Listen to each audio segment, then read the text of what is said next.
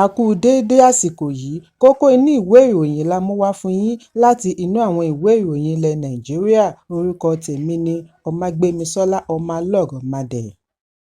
Ọ̀pọ̀ èrò ọjà ni a gbọ́ wípé wọ́n di olóògbé bí ọkọ̀ kan ṣe já wọ inú ọjà Oyiago ní Abagana, ìjọba ìbílẹ̀ Njikọka, ìpínlẹ̀ Anambra.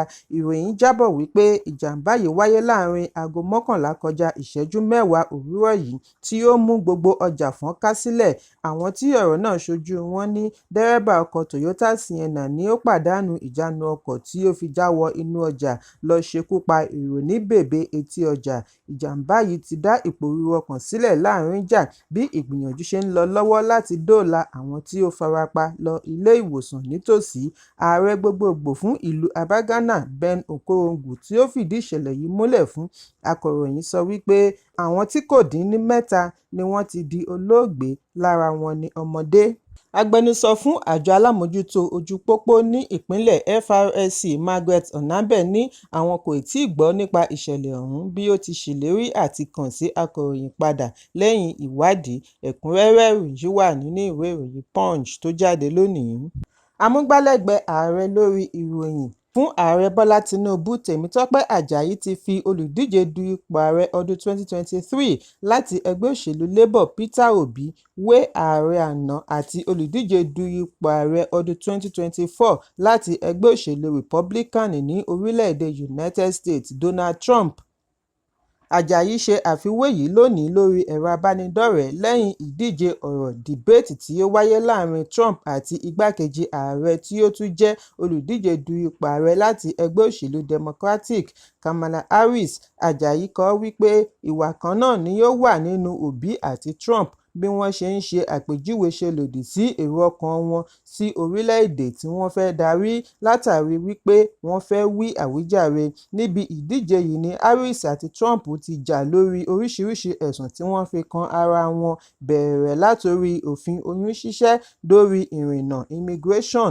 Bí àwọn méjèèjì ṣe ń wá ààyè láàrin ìdíje tí ó le, Àjàyí fi kún un wípé Kamala Harris tàbùkù Trump dáadáa níbi ìdíje ojúkorojú àkọ́kọ́ tí ó wáyé lánàá, bí ó ti wí àwíjàre tí ó mú ọkàn ará ìlú balẹ̀. Láì ṣiyèméjì, ó ní Harris mọ ibi tí Trump kù sí, ó sì dẹ páńpẹ́ fún un. Trump náà sì kó sí páńpẹ́ rẹ̀.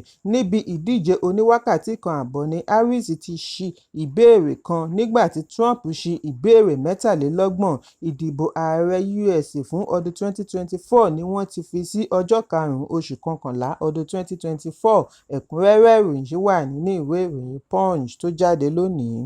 Àjọ tó ń gbógun ti ìwà ìbàjẹ́ àti ìṣòwò ìlú kúmọkùmọ EFCC ti lérí láti fòpin sí ìlà tí àwọn adàlúrú ń bá gba owó ní ilé ìfowópamọ́.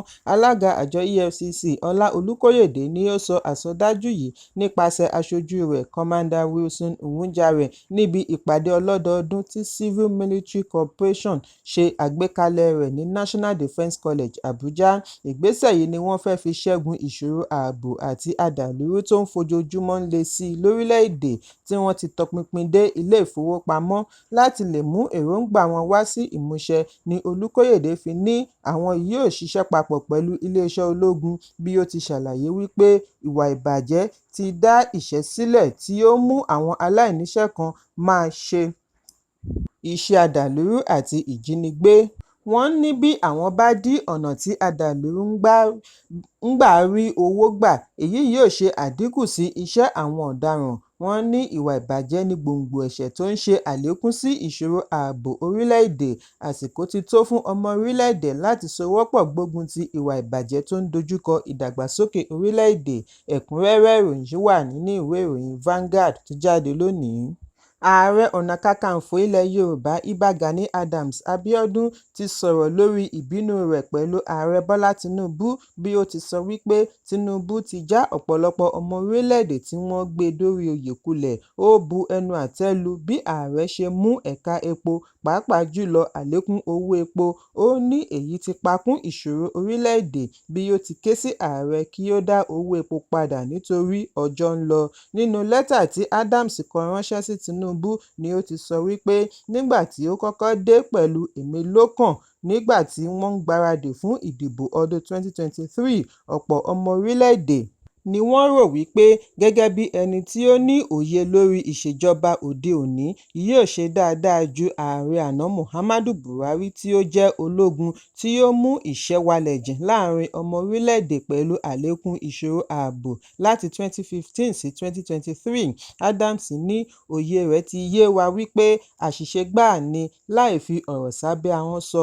Ó ti já ọ̀pọ̀lọpọ̀ ọmọ orílẹ̀-èdè tí wọ́n ti rò wípé Tinubu ni yóò jẹ́ mẹ̀sáyà tí àwọn tí ń retí kulẹ̀. Adams ní àlékún owó jálá epo tí kò ju $200 lọ ni wọ́n ti ń tà ní $1,000 báyìí. Èyí ti ṣe àfihàn wípé ìjọba yìí kò ní ìtara ọmọ orílẹ̀-èdè rárá.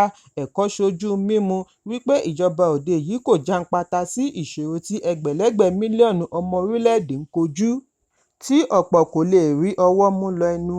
Ó ní ìbá dára kí Tinubu pẹ̀lú ẹgbẹ́ òṣèlú rẹ̀ tètè jí gìrì sí ojúṣe wọn nítorí ìwà aburú gbáà ni àlékún owó jálá epo tó ń wáyé lákòókò tí ìṣòro ńlá gbéni ṣánlẹ̀. Ọmọ orílẹ̀-èdè kò lè fi ara dà á mọ́. Ìbà Gani ní òun ń kọ lẹ́tà yìí nítorí ìdojúkọ pressure tí àwọn òun kojú lọ́wọ́ ẹgbẹ̀lẹ́gbẹ̀ ọmọ orílẹ̀-èdè tí wọ́n ní ìgbàgbọ́ wípé òun kò fẹ́ bá ààrẹ sọ òtítọ́ ọ̀rọ̀ nítorí àwọn méjèèjì jẹ́ ìran kan náà. Òtítọ́ ibẹ̀ ni wípé ọwọ́ ìbàjẹ́, ọwọ́ ìkà tí wọ́n fi ń mú ẹ̀ka epo pẹ̀lú àlékún ní gbogbo ìgbà lábẹ́ ìṣèjọba rẹ̀, tí NNPC tún ń lérí wípé àlékún mìíràn yóò tún wáyé láìpẹ́, láì bu ọ̀wọ̀ fún òfin ilẹ̀ wa àti ìgbáyégbádùn ará ìlú, túmọ̀ sí wípé wọ́n ń sọ fún ọmọ orílẹ̀-èdè bí wọ́n bá lè kú kí wọ́n kú. Ààrẹ Ọ̀nà Kakanfò ní bí àwọn olùbádámọ̀ràn ààrẹ bá ń sọ fún un wípé kò séwu, òun fi gbogbo ẹnu sọ báyìí wípé ọ̀tá ààrẹ ni wọ́n jẹ́. Àlékún owó epo àti pàṣípààrọ̀ owó ilẹ̀ òkèèrè ti túbọ̀ mú ọrọ̀ ajé polúkúrúmuṣu sí i. Gani béèrè lọ́wọ́ ààrẹ wípé irúfẹ́ mínísítà epo wo ni ó jẹ́.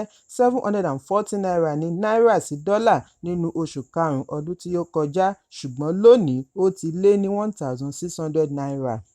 Àwọn ọlọ́wọ̀tún rẹ̀ méjèèjì nígbà tí ó wà ní ipò gómìnà Èkó láàrin 1999 sí 2007, Wálé Ẹdùn àti Yẹmí Kàdóso ni wọ́n ń ṣàmójútó ọrọ̀ ajé báyìí. Irúfẹ́ ìròyìn wo ni wọ́n ń jábọ̀ fún ààrẹ láti mọ̀ wípé lótìítọ́ wọ́n ń ṣiṣẹ́ wọn bí iṣẹ́?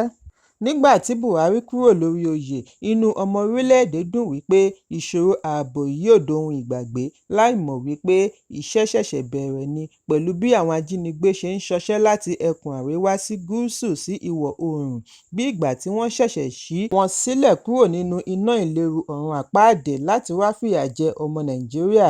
Ajìjàǹgbara ilẹ̀ Yorùbá fi ìṣèjọba Tinubu wé ìgbà ìṣèjọba ológun Adolf Hitler ní Nazi orílẹ̀-èdè Germany láàrin 1933 kí ó tó di olóògbé ní 1945.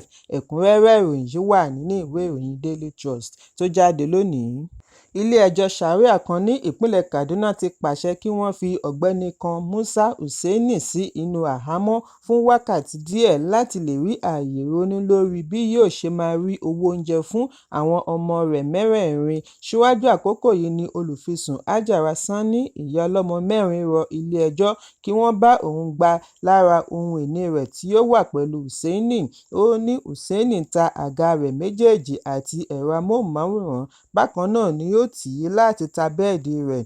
Ó ní Hussaini ní òun kó owó tí òun gbà nídìí bẹ́ẹ̀dì òun fún, kò pẹ́ ni ó kọ òun sílẹ̀. Hajara wá fẹ́ kí ilé-ẹjọ́ fìdí ìwé ìkọnisílẹ̀ 3 tí Hussaini fún un múlẹ̀ kí wọ́n sì pàṣẹ fún un kí ó máa ṣètọ́jú àwọn ọmọ rẹ̀ mẹ́rẹ̀ẹ̀rin. Hussaini fìdí ẹ̀ múlẹ̀ wípé lótìítọ́ ni òun jáwèé fún un lọ́nà 3. Ó ní lótìítọ́ ni òun ta àwọn ohun ìní rẹ̀ nítorí ó fi ọwọ́ sí i àti fi tún àwọn irinṣẹ́ tó fi ń ṣe iṣẹ́ fọkanáísà ṣe.